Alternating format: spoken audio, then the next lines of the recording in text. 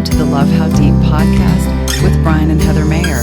Our purpose is to equip married couples like you with resources that rely on the transformative power of God's Word to strengthen your relationship. Well, welcome back, everyone. It's so good to have you here. We are super excited to be bringing you another episode. And I think, Heather, you are excited about something that's going on, right? Yeah, so it snowed today.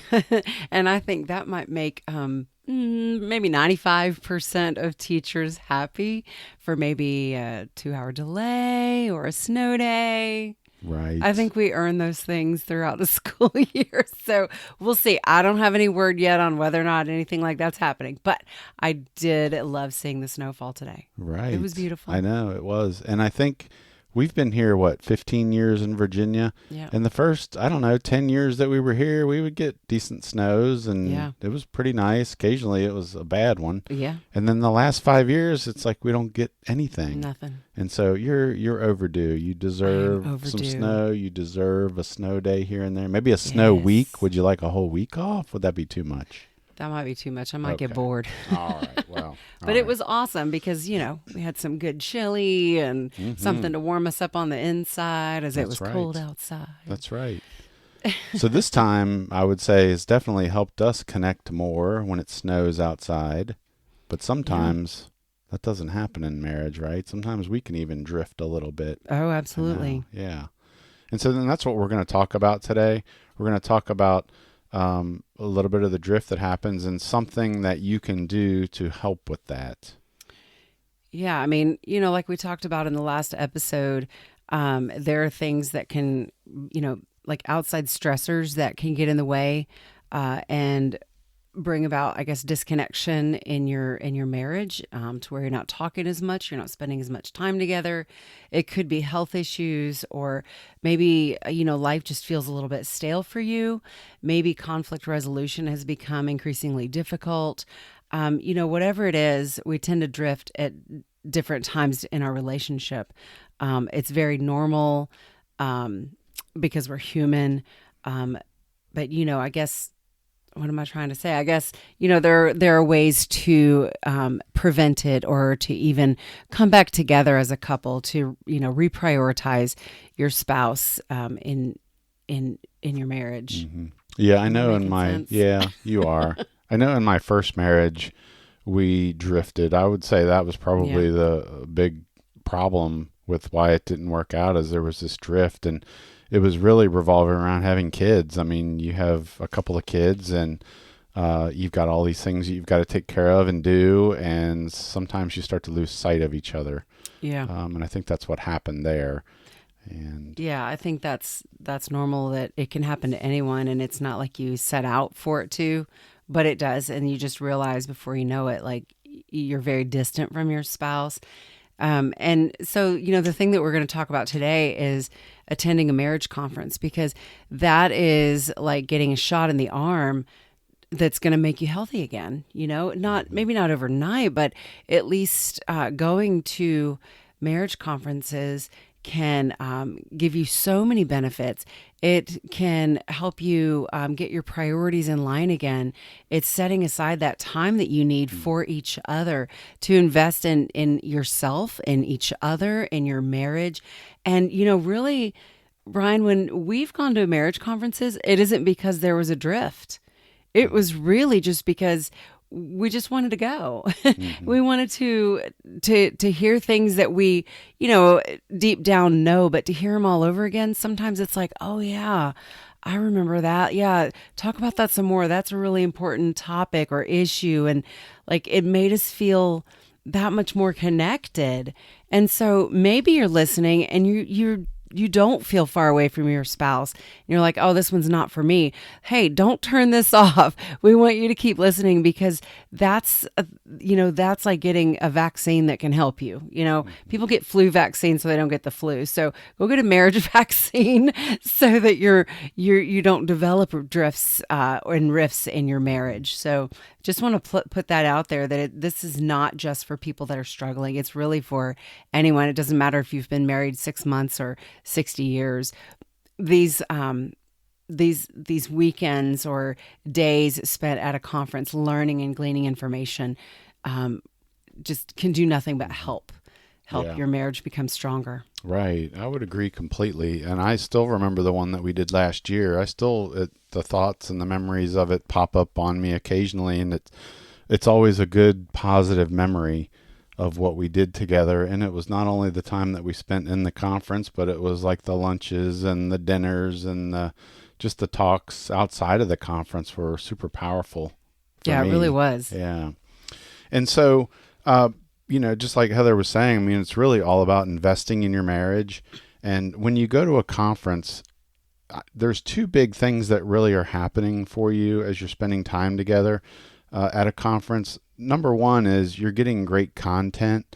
You're learning all sorts of new things about relationships. Maybe the facilitator might teach you about some blind spots that you have in your own life and that we all have them and we all need to have more awareness of those types of things. I know one thing that I've loved, it was actually in a conference that we did in Florida called the Breakthrough Weekend, where we learned about forgiveness and how to forgive more effectively. And that was super powerful. And then, That was very powerful for me. yeah, I learned that when I could pray for that person who had hurt me down to my core, and I could pray for that person, I knew at that point I had truly forgiven. hmm And that's where I yeah, learned that. It was yeah, so powerful. yeah, for sure. And, even surface level things, sometimes like communicating better and dealing with conflict resolution and all the ins and outs and the differences that men and women have when it comes to sex and intimacy. Those are all great things to learn. Uh, and so, again, the content, really important. There's another thing, though, that I think is even more important. I've kind of been alluding to it as I've been talking, but that's what I call the process. And that's where you're simply saying, you know what, let's do this together. Let's do this thing together. I'm not going to get so hung up on what do I need to learn? What do I need to know? Those things are important. But I think more importantly is that I'm choosing to do this with you. Right. And that's really what I'm talking about when I'm talking about the process. So no matter what we learn, no matter what comes out of this, I'm super excited. I've said super excited about 5 times today. I'll stop that. But that, this is really important and I can't wait to do this with you. I can't wait to spend this time with you. I can't wait to see what comes out of this. And I think it really sends a message to your spouse. I hope it sent a message to you when we did the Weekend to Remember last year that, wow, he sees me as important. Yeah, And, absolutely. and I felt the same with you Yeah. when you said you wanted to do this with me. Oh, I yeah. said, wow, this makes me feel really important and really known and loved and cared for. Yeah, it really does. It's just Yeah. that little act of deciding that you're going to prioritize your marriage that speaks so loudly to your spouse. Mhm. Yeah, it's good. Yeah. It's good. What else? What else is a benefit of attending a marriage conference? Yeah, I think just going deeper with each other. Mm. Because if you have children at home, they're pulling you in 10 different directions, and between homework and after school activities and things that the children are involved in, that becomes your world. And those that gets in between you and your spouse spending time with each other and going deep together and having a deeper intimacy with each other. And then you might just be too stressed out. And so, um, it might not even be children. It could just be extended family. It could be friends. It could be your jobs are keeping you, kind of pulled apart unintentionally, but it happens. And so to marriage conference, it forces you both in a good way to set all of those other things aside and just focus on each other. So like the one that we did, it was out of town. So we had nothing but time on our hands with just each other, and we didn't go with any other friends. It was just us. And so all of our free time was spent with each other, going deeper, talking about everything that we had learned that day, to some activities that they gave us to do on our break times, and just sitting side by side in the conference and like nudging each other in a good way, not like a hey, listen up, did you hear that, but really in a good way of like, yeah, that's us right there, or remember when kind of a thing. And so it really gives you that extra time to focus on each other and to develop a deeper, stronger intimacy with each other. Yeah. Yeah, I don't know why, but I just now thought of, remember when we were kids and we had televisions with good old rabbit ear Oh, antennas? yeah. Well, a lot of times the TV would be fuzzy. It wasn't really coming in correctly. So Yeah. typically we as the kids, we were the remote controls, Yes, we when we were. were growing up. So we had to go, fix the antenna. And the point I'm trying to make here is that sometimes, just like the television, our relationship gets fuzzy. We're not really in tune with each other. Right. And then when we kind of do that little course correct with the antenna and move it in a little bit of a different direction, all of a sudden everything is crystal clear now. That's a good analogy. And yeah. I like that. All right. I just now thought of it. I don't know. And then I wanted to say one other thing too about the going deeper part. I remember at our conference that we went to last year at lunchtime, we went back to our hotel because we could just walk to it. Mm-hmm. And we had a real deep conversation. I don't even remember exactly what it was, but I feel like I said some things maybe that I had never said before, and they were good. They were all good. They were just pretty deep and kind of stirred up some emotions in me. I remember I think I started to. I think we were both crying, Yeah. and it was just so emotional. Yeah. It was so Right. intense. But it was in a good way. At least Yes. it was for me. Yeah. I think it was for you as well. It was, of Yeah. course. Yeah. So that's awesome. Mm-hmm. Another benefit of attending a marriage conference, really, I would say, happens before you go to the conference, and that's all about actually just making this decision to go to the conference. It's like setting a goal. And we oftentimes we think about, well, I want to get healthier. I want to go to the gym more, or I want to go on more walks, or I want us to, I don't know, watch our favorite show once a week. But attending a marriage conference, that's like setting a goal. Yeah. And the thing I love about goals is it gives you something to look forward to. Right. And so I'm pretty sure, I don't remember this exactly, but I think when we set the marriage conference up to go to, I'm sure we talked about it. Like, oh, we've got 3 more weeks until we go away. We did. And yeah, We we're like may little have kids, had right? a countdown going or something Yeah. of how many days until we went. Right. I don't know. We were just excited to do that. Yeah, it was. It was exciting. I mean, I just couldn't wait. I looked forward to it. And, so yeah, setting goals is very important. And I think It is. attending a marriage conference is a pretty awesome goal that you can have as a married couple. Yeah. What else we got? Any other benefits of attending a marriage conference? Yeah, I think another one is just improving communication. So that can always be improved. I think no matter how good your marriage is, you can always improve on your communication skills. I mean, Brian and I think that you would agree that we continue to learn different and better ways to communicate with each other. And, maybe the conference that you go to doesn't directly focus on communication skills. However, there's going to be so much that you're hearing that maybe you finally get the nerve to speak up to your spouse and say, hey, this has been on my mind. Can we talk about it? Because sometimes we hold on to those things and we kind of stuff them down. Maybe we're a little afraid to approach that subject or something. But, maybe in a conference type setting, you're like, you know what? I feel like maybe this is a safe space to do that. Something that I heard today makes me feel like, yes, we need to bring this up and discuss it as a couple. So I think your communication skills can get stronger in that way. The one that we went to, they gave us cards and envelopes, I guess, that said, when you go on a date night tonight for dinner, take this envelope with you and open it up and answer the questions that are in there. So having things like that, it's obviously going to force you to, in a good way, to communicate with each other, learning more about each other, and talking about the easy stuff all the way to the hard stuff. So, yeah, I think attending a conference is absolutely going to help your communication skills. So, Yep, I would agree with that. Yeah. And again, sometimes it's happens from you getting a tool or a nugget from the facilitator on how to communicate better, and sometimes it is. I like to think that it happens even more strongly when you are spending time together just communicating, and it just happens Right. organically. Mm-hmm.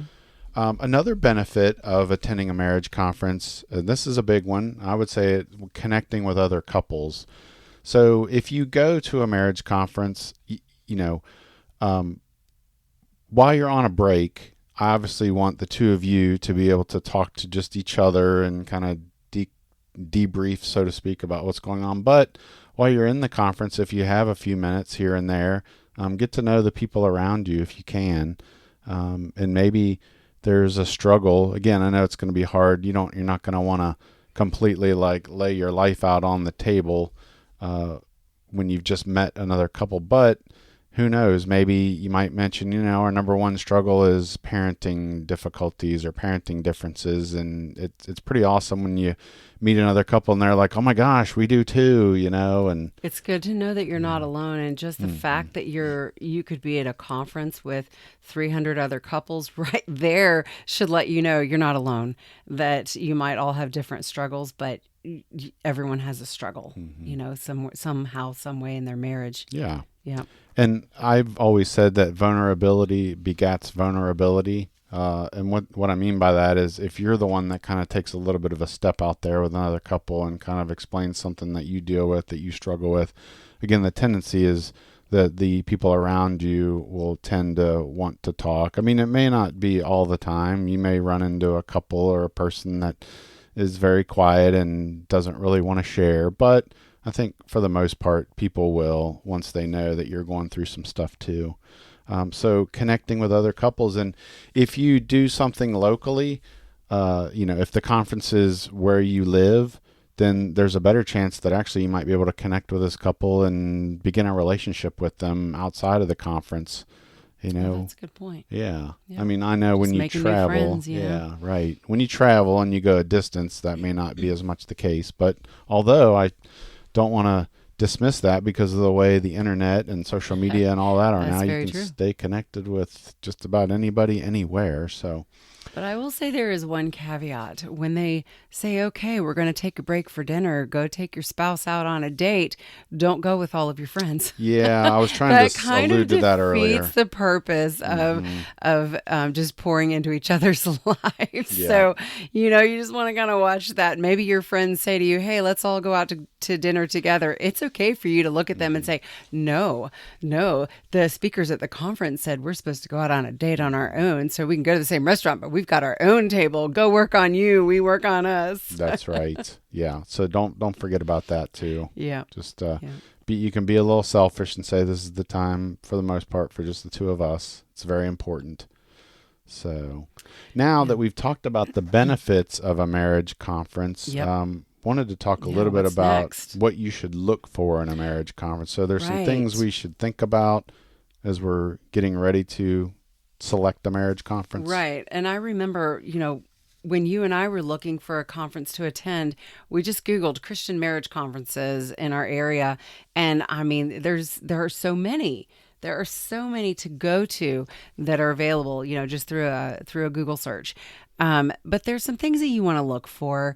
I would say number one, that it's Christian focused, because you want it to be biblically based, and there's nothing more powerful, in our opinion, than focusing on what God's word says about your marriage and about communication and about parenting skills and all of those things. What does the Bible say? Because that's the foundation of a great relationship. So you definitely want to make sure that you find one that is a Christian focused conference, whether it's a one-day event or a weekend event. That would just really, I guess, be up to you. And what you can do as a family, if you've got children and you need sitters or, whatever that looks like. Yeah. So, I mean, that's just kind of like a little sidebar there, but again, just a biblically based conference is really what you want to look for, number one. Yep. Can I say something about that? I did want to let everyone know, this doesn't mean that we're saying don't go to one that's not. I mean, certainly our kind of bias is, go to one that is Christian based, biblically based. But if you want to attend one that's not, you're still going to get a lot of great information. I mean, no doubt about it. But Heather and I do believe that all of that stuff, again, if we don't have the love of Christ within us and a knowledge of kind of what he desires for us and having that unity, I think, with each other and with even with the other couples in the room, just knowing that, we all are of one accord, so to speak. That's extremely important. But Right. I am trained in like Gottman method and emotionally focused therapy. There are marriage conferences that center around those two things. Lots of awesome information that you will learn. You'll get some great tools and tips and strategies and techniques. So, not saying you necessarily shouldn't go to one of those, but again, make your focus as much as you can to go to one that is based upon God's word. So anyway, I just wanted to jump in there. Yeah, I agree. Another thing that you want to look for is find out who the facilitators are and what they're, if there's a little bio about them. Do they have experience in working with couples, working with marriages, whether it's through mentoring or counseling or group work? What is it that sets them apart to be able to lead in a conference? So, do that little bit of research and find out what the facilitator's background is and what that's like. And then the couples experience time is the final part. I want to say something that you should look for, because you will sit and you will listen and listen and listen and be fire hosed with information from the speakers. And it is going to be so good. It can be very overwhelming too, because it is so much information and it's all so important. That, once you leave the conference, you've got to sort of sift through it all and figure out like, okay, what spoke to me? What can I do here? But what you want to look for is maybe time during that conference for you and your spouse to connect through different activities that drive home the points that you are learning. So, are there some breaks in there in the middle of a teaching session where they say, okay, turn to your spouse and talk about this and talk about that, or maybe some self-reflection within your workbook or something like that. Just something that you can do together that will help you help draw you closer together and help you just take it to that next level of depth in your marriage. Yeah, those are good. So those are three things that you should look for in a marriage conference. And if you can look for those three things, I think you'll be well on your way. There may be some other things that you think about that are important to you, and certainly don't dismiss those things. I was just going to say, back on facilitators with experience, I mean, I've said this a couple times recently to people that if you ask us, have you ever dealt with such and such an issue with a couple, like an affair or arguments or betrayals financially, on and on and on? You and I would say, yes, we have. So we've pretty much seen it all in our different ways in working with couples, whether it be where the mentoring that we do together or the counseling that I do in my private practice or the groups that we've run and worked with couples. So important for you to find leaders of marriage conferences that know a thing or two about couples and what they go through. Absolutely. And wow, speaking of that, you and I are facilitating a conference, a marriage conference that we are really excited about. Yes. And it's called the Love How Deep Marriage Experience. And again, the reason that it's called the experience is just what Heather talked about a minute ago, that it's important to have experience time as a couple, so you can really connect a lot more deeply with each other. And so, I don't know, what are some of the things in the experience portion that we do with couples?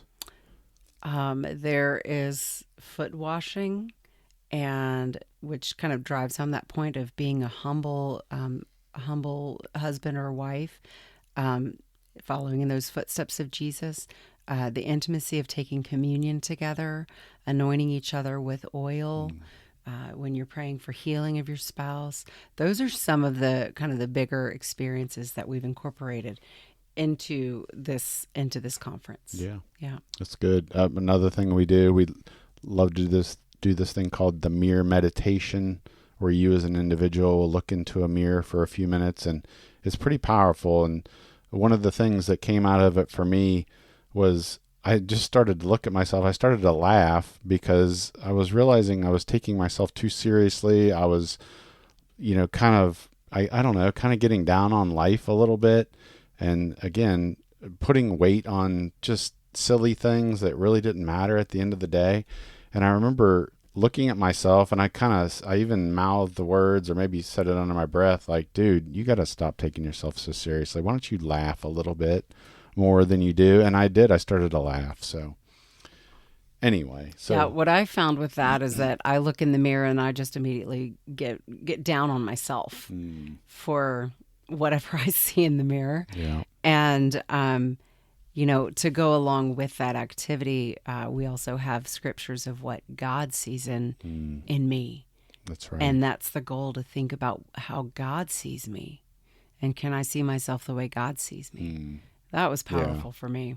Mm-hmm. That's good. Yeah, so we it's a both good got one. something out of it. So so those are just a flavor of some of the things that we do during our Love How Deep Marriage experience. And so you might be wondering, okay, well, tell me a little bit more about this. Well, so right now, as we are recording this podcast, the way we're doing it now is we are working with churches to bring this to churches. So what I would say to you, if you belong to a church, either as an employee, a pastor, staff member, or you're a member of a congregation, I would go to our show notes at lovehowdeep.com/14.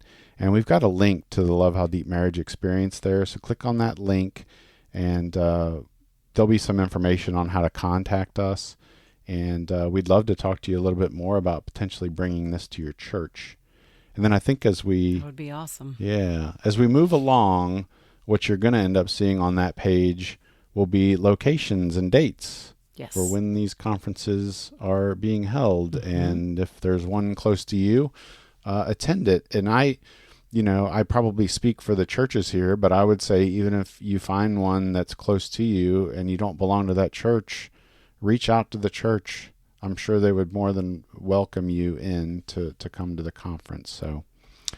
And probably as we move along too, I mean, we've got dreams about doing it in other ways. Like I would love to rent out an entire B&B and hold a conference for a small amount of couples, but that's somewhere off in the future. Yeah, who knows? But who knows where God is going to take this? That's right.